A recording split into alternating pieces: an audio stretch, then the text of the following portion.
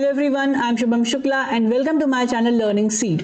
तो जैसा कि आपने लास्ट वीडियो में देखा, हमने कोर्स स्ट्रक्चर डिस्कस किया, क्लास 10th के मैथ्स का कोर्स स्ट्रक्चर। इसका मतलब ये है कि हमने ये देखा कि क्लास 10th के मैथ्स को सीबीएसई ने कितने यूनिट्स में डिवाइड किया है, किस यूनिट के अंदर कौन से चैप्टर एनसीईआरटी के इंक्लूड किए हैं और किस यूनिट से कितने मार्क्स के क्वेश्चंस आते हैं। ये सब हम अच्छे से डिटेल में डिस्कस कर चुके हैं।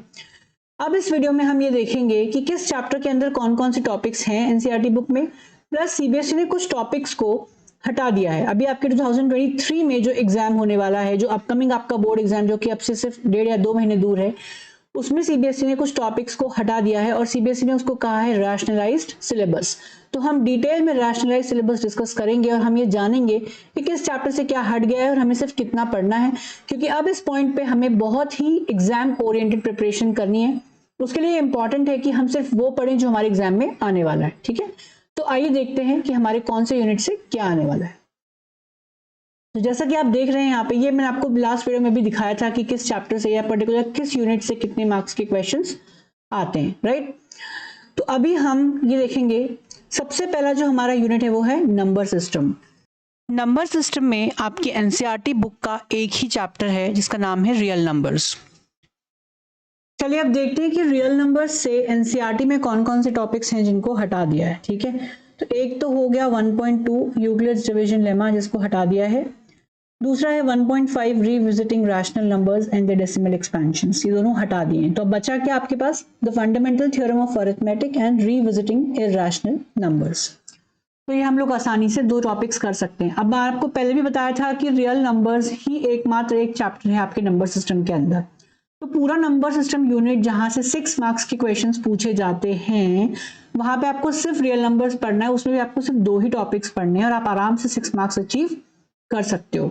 नेक्स्ट है आपका अलजेब्रा, और मैंने आपको पहले भी ये चीज़ बोली है कि अलजेब्रा बहुत इंपॉर्टेंट है आपके एग्जाम पॉइंट ऑफ व्यू से, क्योंकि 20 मार्क्स के क्वेश्चन अलजेब्रा से आते हैं। ठीक है, जो कि ऑलमोस्ट आपके पूरे मार्क्स का 1/4 है। 80 मार्क्स के पेपर का 1/4 कितना हुआ, 20 मार्क्स। तो अगर आप 25% यानी कि 25% क्वेश्चन पेपर आपका अलजेब्रा से भरा हुआ रहेगा, तो बहुत इंपॉर्टेंट है कि हम इसको ढंग से पढ़ें। हम ये देख लेते हैं कि इसमें से क्या क्या टॉपिक्स हैं जो हटा दिए गए हैं। ठीक है, किस चैप्टर से क्या टॉपिक्स हटा दिए गए हैं, तो हम सिर्फ वही पढ़ेंगे जो हमारे लिए जरूरी है। सेकेंड चैप्टर है पॉलिनोमियल्स। पॉलिनोमियल्स से सिर्फ एक ही टॉपिक हटाया गया है और उस टॉपिक का नाम है डिवीजन एल्गोरिथम फॉर पॉलिनोमियल्स। ठीक है, ये जो आपको दिख रहा है 2.4 of your NCERT book has been removed. Let's go back here and see कि क्या क्या है ऑलरेडी। यहाँ पे इंट्रोडक्शन है जो कि हर चैप्टर में होता ही है, तो इंट्रोडक्शन तो आपको करना ही है किसी भी चैप्टर का। अगर आपको थोड़ा भी वो चैप्टर पढ़ना है तो इंट्रोडक्शन तो कवर करना ही है। उसके बाद क्या है, उसके बाद है geometrical meaning of the zeros of a polynomial. ठीक है, एंड नेक्स्ट है relationship between zeros and coefficients of a polynomial. And third जो कि डिवीजन एल्गोरिथम फॉर पॉलिनोमियल्स है, उसको तो हटा ही दिया है। अब डिविजनल एल्गोरिथम फॉर पॉलिनोमियल्स कहीं ना कहीं आपके लिए इंपॉर्टेंट तो है। क्यों? क्योंकि इसमें ये सिखाता है कि किस तरह हम एक इक्वेशन को उसके फैक्टर से डिवाइड कर सकते हैं। अब जब आप कॉम्पिटिटिव एग्जाम्स लिखोगे आज से कुछ साल बाद, और वहां पे आपको कुछ इक्वेशन सॉल्व करनी पड़ेगी, या आपके पास एक फैक्टर दिया है, आपको दूसरा फैक्टर निकालना है, तो आपको डिवाइड करके ही निकालना पड़ेगा। तब आप क्या करोगे? तब आपको फिर ये मेथड तो आना ही चाहिए। तो ये आपको लॉन्ग रन में काम आने वाला है, अगर आप मैथ्स लेते हैं आगे जाके तो भी, या फिर आप कॉम्पिटिटिव एग्जाम्स लिखते हैं तो भी। तो इसको हम करेंगे, इसका वीडियो बनाकर भी मैं बाद में डाल दूंगा ताकि आप इसको देखें, इसको प्रैक्टिस करें। इसको छोड़ना बिल्कुल भी नहीं है, it's a very important topic. लेकिन अभी एग्जाम में नहीं आ रहा है, तो एग्जाम में आपको उसको फोकस करने की जरूरत नहीं है। नेक्स्ट है pair of linear equations in 2 variables. Pair of linear equations in 2 variables में सबसे पहले हम ये देखते हैं, इसमें 4 से 5 टॉपिक्स हैं, उनमें से कुछ टॉपिक्स हटा दिए। सबसे पहले हम वही देखते हैं कि इन्होंने क्या हटा दिया है, फिर हम क्या है उसके बारे में डिस्कशन करेंगे। तो अगर आप देखोगे यहाँ पे, तो इन्होंने pair of linear equations in 2 variables ही हटा दिया है। ठीक है, जो उनका एक इंपॉर्टेंट एक इंट्रोडक्टरी टॉपिक है, वही इन्होंने हटा दिया है। तो ये तो मैं आपको फिर भी पढ़ाने वाला हूँ, ज्यादा बड़ा नहीं है। इसके बेसिस पे आपको कोई बहुत डायरेक्ट क्वेश्चन नहीं आएगा, लेकिन आपको पता तो होना ही चाहिए। फिर इन्होंने ग्राफिकल मेथड हटा दिया है, क्रॉस मल्टीप्लिकेशन हटा दिया है, equation reducible to pair of linear equations in 2 variables हटा दिया है। चलो हम अपने कंटेंट्स पे एक बार पहुंच जाते हैं और देखते हैं कि इन्होंने क्या क्या हटा दिया है। उसको हम क्रॉस कर देंगे। तो इंट्रोडक्शन नहीं पढ़ना है, pair of linear equations into variables नहीं पढ़ना है, ग्राफिकल मेथड नहीं पढ़ना है, एल्जेब्रिक मेथड में सब्स्टिट्यूशन आपको पढ़ना है और एलिमिनेशन भी आपको पढ़ना है, क्रॉस मल्टीप्लिकेशन अगेन आपको नहीं पढ़ना है और 3.5 भी नहीं पढ़ना है। कुल मिला के अगर देखा जाए तो आपको सिर्फ और सिर्फ यहाँ पे 2 ही टॉपिक से डायरेक्ट क्वेश्चंस आने वाले हैं। वो 2 टॉपिक्स कौन से हैं आपका? एक है सब्स्टिट्यूशन मेथड और दूसरा है एलिमिनेशन मेथड। सब्स्टिट्यूशन और एलिमिनेशन दोनों आसान है, क्रॉस मल्टीप्लिकेशन के कंपैरिजन में देखा जाएगा तो बिल्कुल आसान है। ग्राफिकल मेथड भी टफ तो नहीं है लेकिन उसमें भी थोड़ी झंझट रहती है, आपको ग्राफ वगैरह करना पड़ता है, ड्रॉ करना पड़ता है, तो आपको बहुत ही आसान कर दिया इन्होंने। ठीक है, सब्स्टिट्यूशन और एलिमिनेशन से आपको 2 मेथड्स पढ़ने हैं जो कि आपके लिए आसान भी हैं और ज़रूरी भी हैं, क्योंकि जब आप आगे कॉम्पिटिटिव एग्जाम्स या हायर क्लासेस में जब आप इक्वेशंस को सॉल्व करेंगे तो आप पकड़ के नहीं बैठेंगे क्रॉस मल्टीप्लिकेशन को, आप इजी मेथड्स को ही करेंगे। तो ये आपको हमेशा काम आने वाली चीज़ें हैं जो आपको अच्छे से पढ़नी है। ठीक, उसके बाद नेक्स्ट है क्वाड्रेटिक इक्वेशंस। क्वाड्रेटिक इक्वेशंस में आपको इंट्रोडक्शन है और क्वाड्रेटिक इक्वेशंस है कि क्वाड्रेटिक इक्वेशंस क्या होते हैं। Solution of a quadratic equation by factorisation है, solution of a quadratic equation by completing the square है। मतलब आपको ये पढ़ना है कि क्वाड्रेटिक इक्वेशन क्या होती है। उसके बाद आपको 2 टॉपिक्स में ये बताया गया है कि या तो आप फैक्टराइजेशन से क्वाड्रेटिक इक्वेशन के सोल्यूशंस को फाइंड कर लीजिए या फिर आप क्वाड्रेटिक इक्वेशन के सोल्यूशंस को कंप्लीटिंग द स्क्वायर करके एक मेथड है उससे सॉल्व कर लीजिए। चलिए देखते हैं इन्होंने क्या हटा दिया है यहाँ पे, तो हमें समझ में आ जाएगा कि हमें क्या पढ़ना है। यहाँ पे अगर आप देखेंगे तो इन्होंने solution of a quadratic equation by completing the square method हटा दिया है। मतलब ये एक पूरा का पूरा अच्छा खासा इन्होंने एक मेथड ही यहाँ पे हटा दिया है। ठीक है, ये आपने नहीं पढ़ना है। तो आपको पढ़ना क्या है? बस एक ही मेथड है आपके पास, फिर फैक्टराइजेशन जो आपको पढ़ना है। अगर वो आपने एक बार पढ़ लिया तो आपका क्वाड्रेटिक इक्वेशन कवर हो जाएगा। ठीक है, चलो यहाँ पे अपन देख लेते हैं फटाफट कि कौन सा आपको पढ़ना है। तो आपको जो है 4.3 यहाँ पे पढ़ना है। 4.3 जो है ये आपको कवर करना है। एक ही चैप्टर है, एक ही टॉपिक है। अरिथमेटिक प्रोग्रेशन, अगर मैं वापस रेशनलाइज सिलेबस पे जाऊं तो आपको दिखेगा कि यहाँ पे चैप्टर 4 के बाद डायरेक्टली चैप्टर 6 आ गया है। ठीक है, चैप्टर 4 के बाद डायरेक्टली चैप्टर 6 आ गया, विच मीन्स अरिथमेटिक प्रोग्रेशन से कुछ भी हटाया नहीं है। तो ये आपको पूरा चैप्टर पढ़ना है। क्या क्या पढ़ना है इसमें? इसमें 2 ही चीजें होती हैं, एक तो होता है अरिथमेटिक प्रोग्रेशन का nth टर्म और एक होता है sum of first n terms of an AP। तो बहुत बड़ा चैप्टर नहीं है और बहुत ही बेसिक और इम्पॉर्टेंट चैप्टर है, क्योंकि आगे जाके जब आप मैथ्स लेंगे तो आपको ये हायर क्लासेस में थोड़ा सा और हाई लेवल पे आएगा सिलेबस में। तो बेटर है कि अभी आप इस चैप्टर को अच्छे से पढ़ के अपना बेसिक भी स्ट्रॉन्ग करें, और क्योंकि ये छोटा चैप्टर है, बहुत ज्यादा कुछ है नहीं, तो उसको कंप्लीटली अच्छे से पढ़ के आप अपने अलजेब्रा का भी जो वेटेज है उसको स्ट्रॉन्ग करें। नेक्स्ट है आपका यूनिट नंबर 3 कोऑर्डिनेट ज्योमेट्री, जिससे 6 मार्क्स के क्वेश्चंस आपको आते हैं। और मैंने आपको जैसे कि आपको लास्ट वीडियो में मैंने बताया था कि कोऑर्डिनेट ज्योमेट्री में एनसीईआरटी बुक का एक ही चैप्टर है जिसका नाम भी कोऑर्डिनेट ज्योमेट्री है, chapter number 7 of your NCERT book. इसमें distance formula, section formula, area of triangle, ये 3 टॉपिक्स हैं मेजरली। उसमें से भी अब क्या हटा दिया है वो एक बार हम देख लेते हैं। तो यहाँ पे आप देख सकते हैं कोऑर्डिनेट ज्योमेट्री में एरिया ऑफ ट्राइंगल जो है वो पूरा का पूरा टॉपिक इन्होंने हटा दिया है।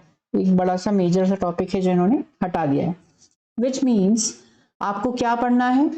सिर्फ distance formula and section formula. पूरा फॉर्मूला बेस्ड है, इसको अगर आपने कर लिया 6 मार्क्स आपके कहीं नहीं गए। कोऑर्डिनेट ज्योमेट्री में इन 2 टॉपिक्स को अगर आपने पढ़ लिया, समझ लो आपके मार्क्स 6 मार्क्स कहीं पे भी नहीं गए। ठीक है, distance formula and section formula, that's it. Area of triangle तो आपको पढ़ना ही नहीं। नेक्स्ट यूनिट है आपका ज्योमेट्री। ज्योमेट्री से 15 मार्क्स के क्वेश्चंस आते हैं, और मैंने आपको लास्ट वीडियो में बताया था कि ज्योमेट्री के अंदर 2 चैप्टर्स हैं एनसीईआरटी बुक के।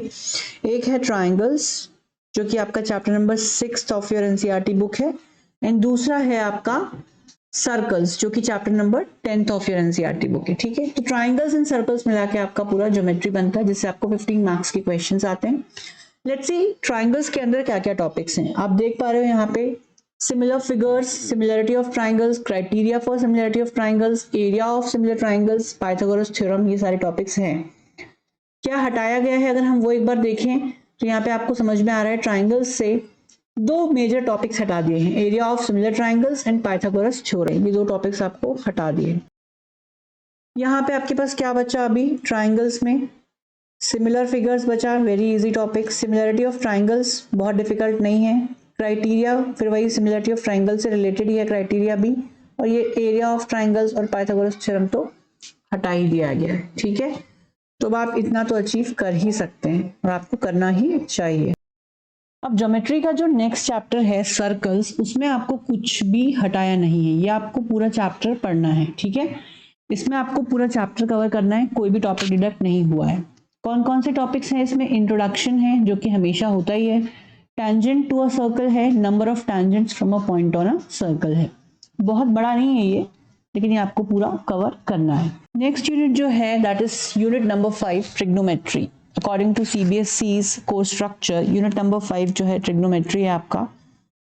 ट्रिग्नोमेट्री से मैंने आपको पहले भी बताया है लास्ट वीडियो में कि 12 मार्क्स के क्वेश्चंस आते हैं, राइट।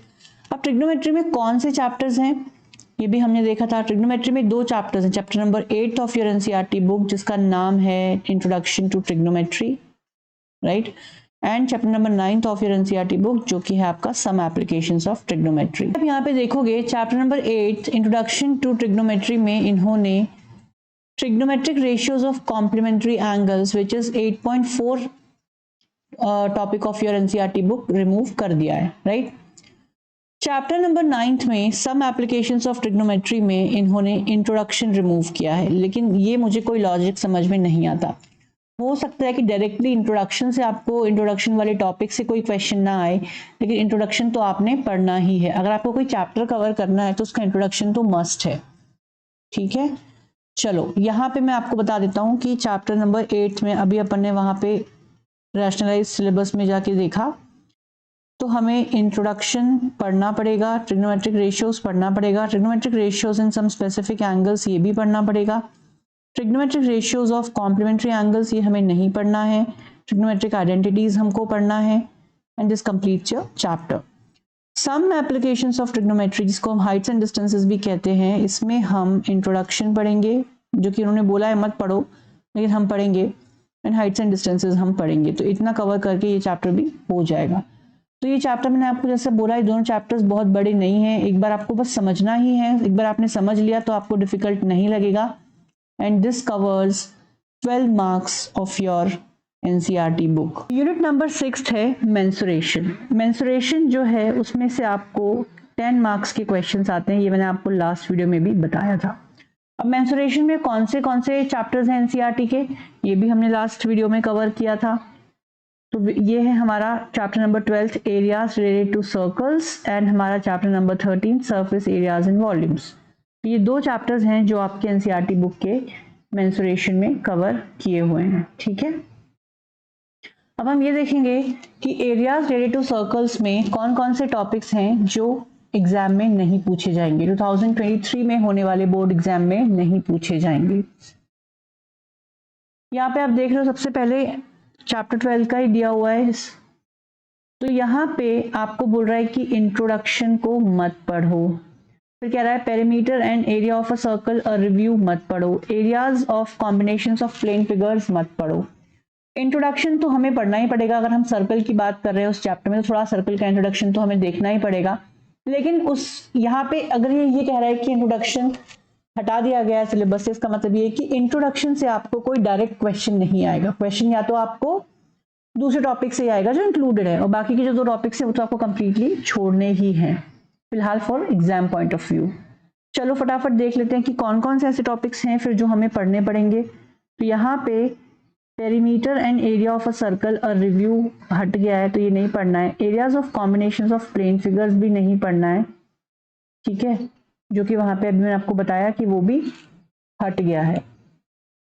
और उसके बाद अब बचा क्या, सिर्फ एक ही topic areas of sector and segment of a circle. तो मतलब आपको सिर्फ ये पढ़ना। अब नेक्स्ट है सरफेस एरियाज एंड वॉल्यूम्स।